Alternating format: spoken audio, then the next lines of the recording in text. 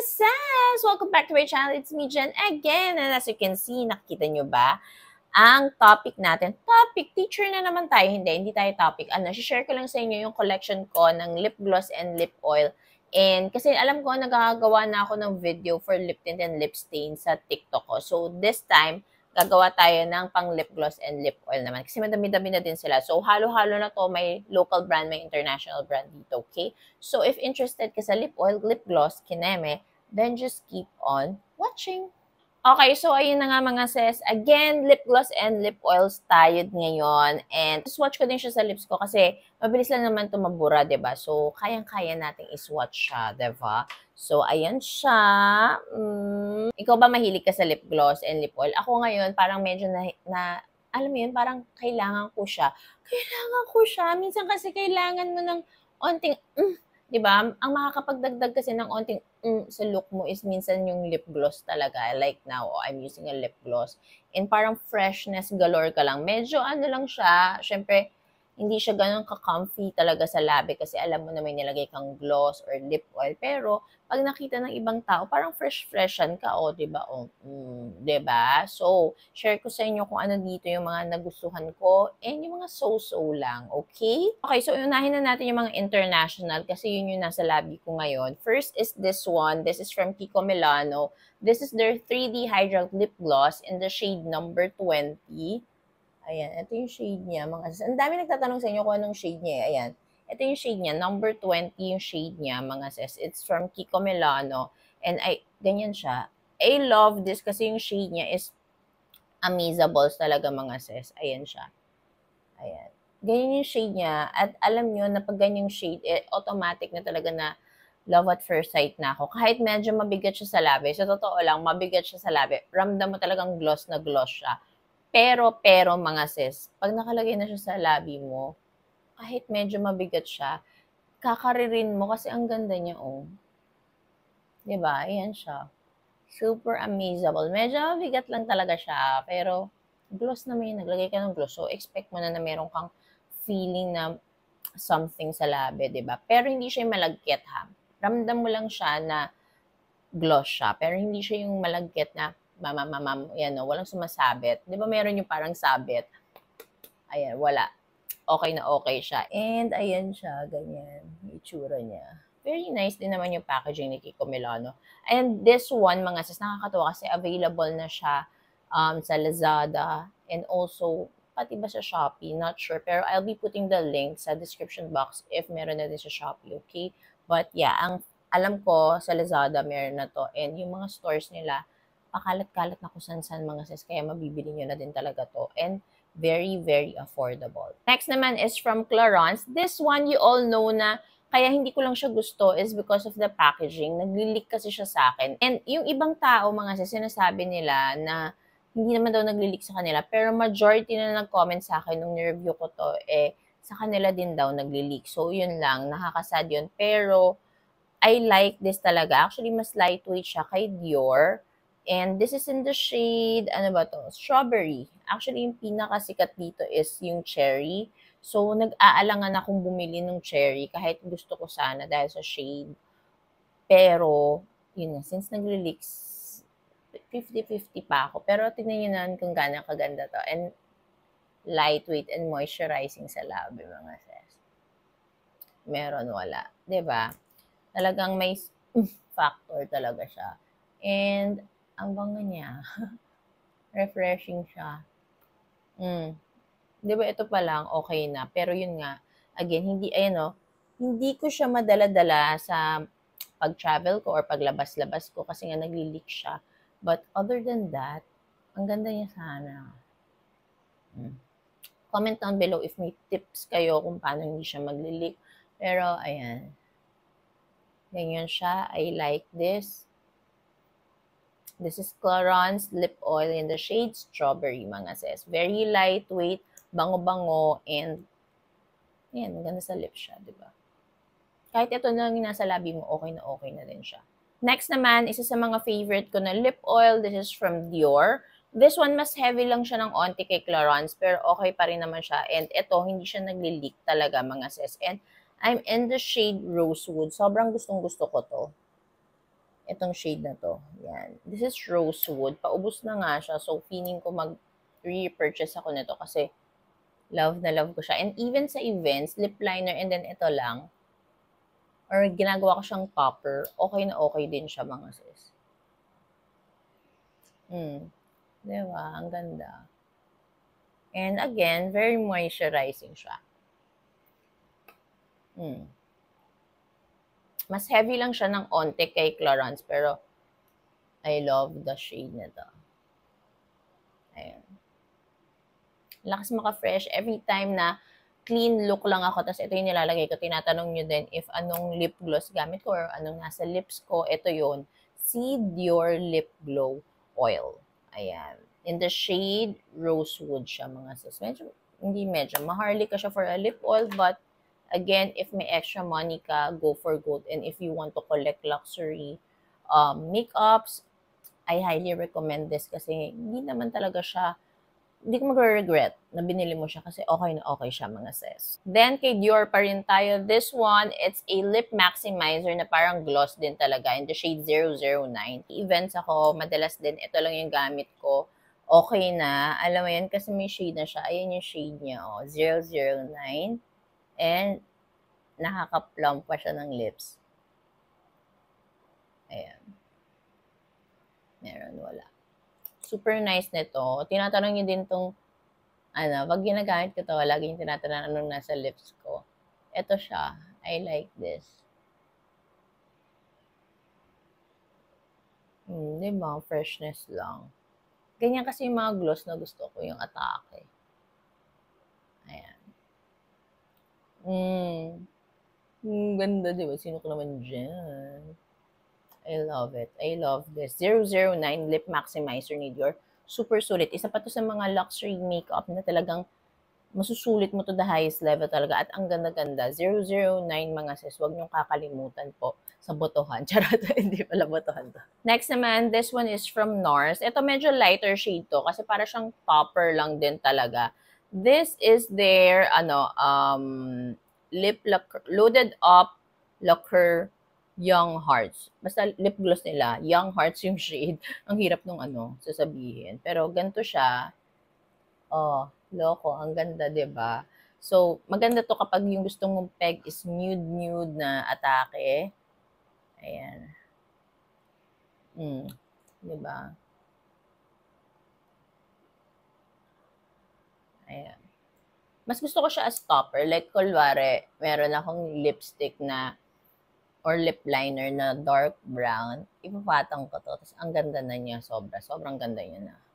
So, ganyan siya mga sis. Very light lang siya. Pero pag gusto mo yung nude na atake and also naka dark brown na lippy ka or lip liner, patong mo to, like nakapatong, charot. Okay na okay siya. Ang ganda. This one, very lightweight din siya. And alam niyo, I'm planning to buy nga ng other shades nito. Kasi parang, okay naman siya kapag as a lip topper. So, bog siya. Diba? Very nice. And last for international is this one, the Rare Beauty Lip Oil. This is a lip oil, pero para din siyang, lip tint din. Kasi diba, nagsistain siya. Pero, this one, gusto ko yung yung Honesty. Pero maganda din tong si Wonder, mga sis. Ayan, papakita ko. Pag gusto mo yung freshness na atake. Ayan. Lip oil kasi tawag nila dito. Pero hindi mo masyado ramdam na lip oil siya. Para siyang lip tint, mga sis. Pero nice dito kasi may tint siya, di ba, na lip oil. Tapos very lightweight lang yan. Ganyan.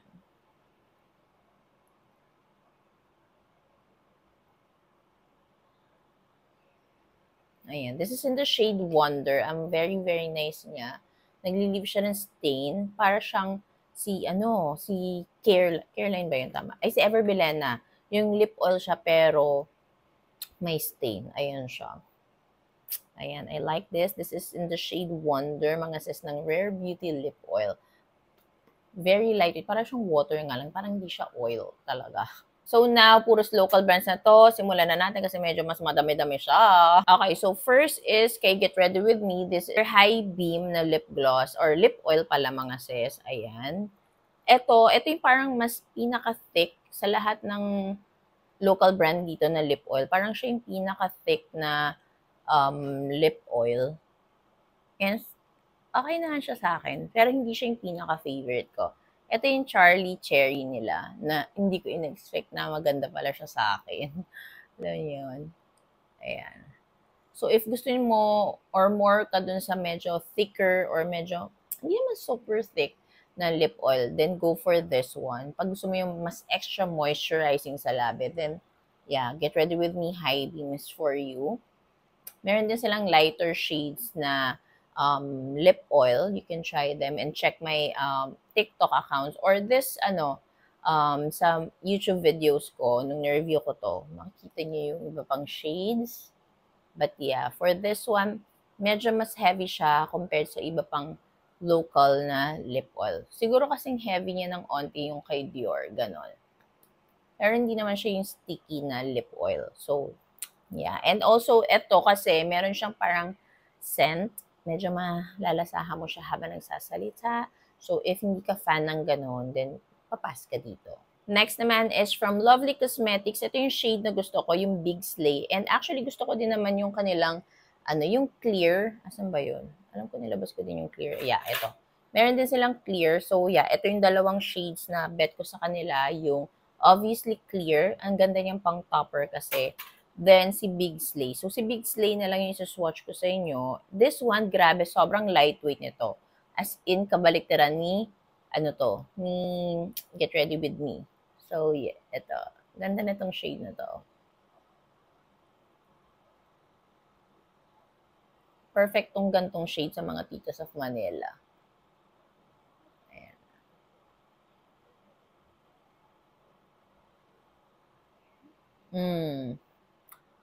Sobrang lightweight niya. Para siyang tubig lang sa labi mo. Tubig talaga.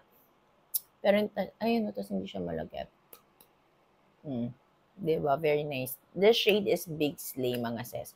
I super like this. Next naman is from BLK. This is in the shade Sand. This is their plumping lip gloss. Sa lahat ng gloss ni BLK, ito yung pinaka-favorite kong shade, si Sand. Ayan, mga sis.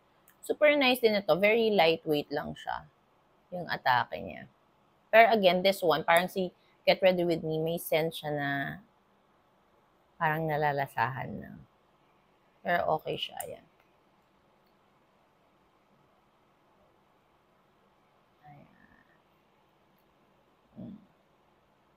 Super nice. Ayan, ganito yung gloss ni BLK. Ayan, maganda din siyang popper kasi very lightweight lang siya. Pero ayan, ganyan yung shade niya. Sand to, si Sand. Next naman is kay Easy & Co. Kay Easy & Co, mga sis, you all know na si Love Boat ng Hydra Gloss yung bet ko. Kaso nga lang, again, naubos na siya. Hindi pa ako nakakapag-restock. But the next shade na gusto ko sa kanya is ito, si Oh Wow. This one, parang siyang ka-shade nung si Sand ni, tawag dito, ni BLK. Ganyan siya. Fresh-freshan siya, mga sis.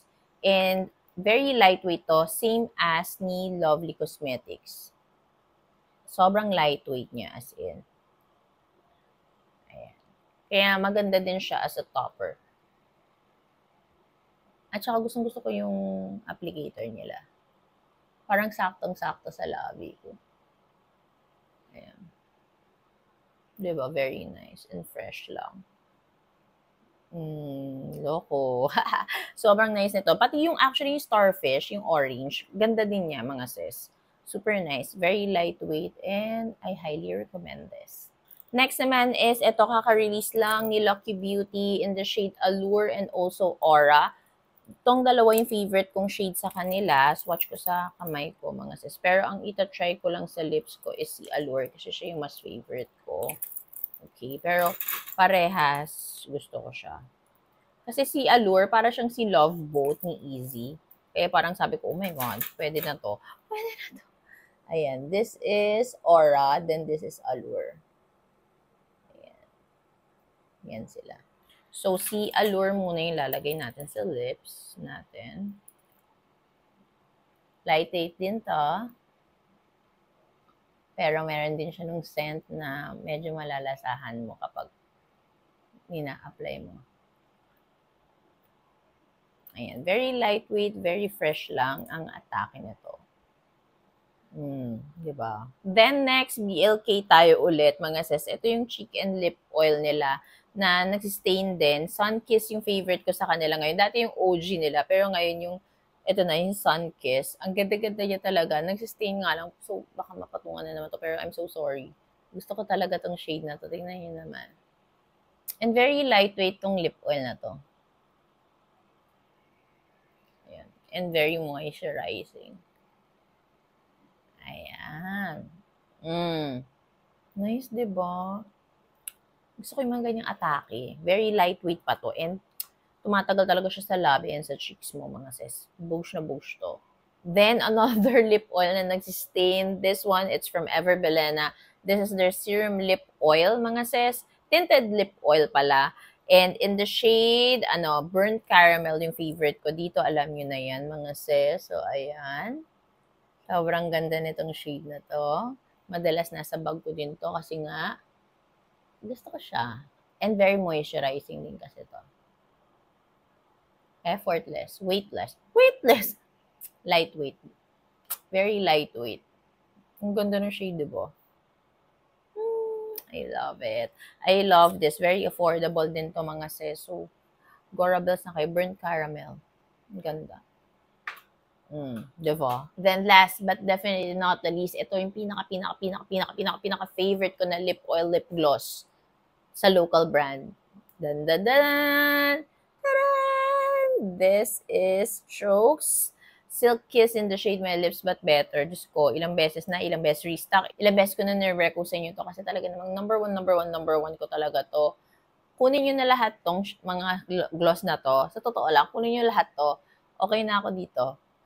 May ganun. Pero hindi. Alam mo, siya yung pinaka-the best among the rest. Kung sa lip tint, pinaka-favorite kong shade is si Chance, ito yung pinaka-favorite ko na lip gloss. Alam mo, parang wala bang nakakatapat sa shade na to. And very lightweight din naman siya sa labi. Alam mo yun. Kaya gusto ko din. Ang ganda niya na siya lang. Ang ganda din niya kapag ginawa mo siyang topper. So, ano pa? Wala na, di ba? May nanalo na talaga. Ayan na. Sino ka dyan? Ang ganda, di ba? Sabi ko sa'yo, bili mo to. Actually, lahat sila pwede mong bilhin. Depende na sa mga bet mong shade. Ako, ito talaga pinaka number one ko. As in, number one. So, yun lang, mga sis. Natapos na tayo sa lahat ng lip oil, lip gloss na meron ako dito sa aking makeup collection. I hope nakatulong sa inyo kung ano bang lip gloss and lip oil ang bibili nyo after netong video na to, diba? Kung nakako-confuse kayo. Sana nakatulong ako. And ayun lang. Thank you so much for watching. If meron kayong ideas na iba pang gusto nyong i-review ko or gusto nyong i-content ko for beauty then just comment down below. And ayun lang. Thank you so much for watching. Don't forget to like, share, and subscribe on my channel, mga sis. Bye!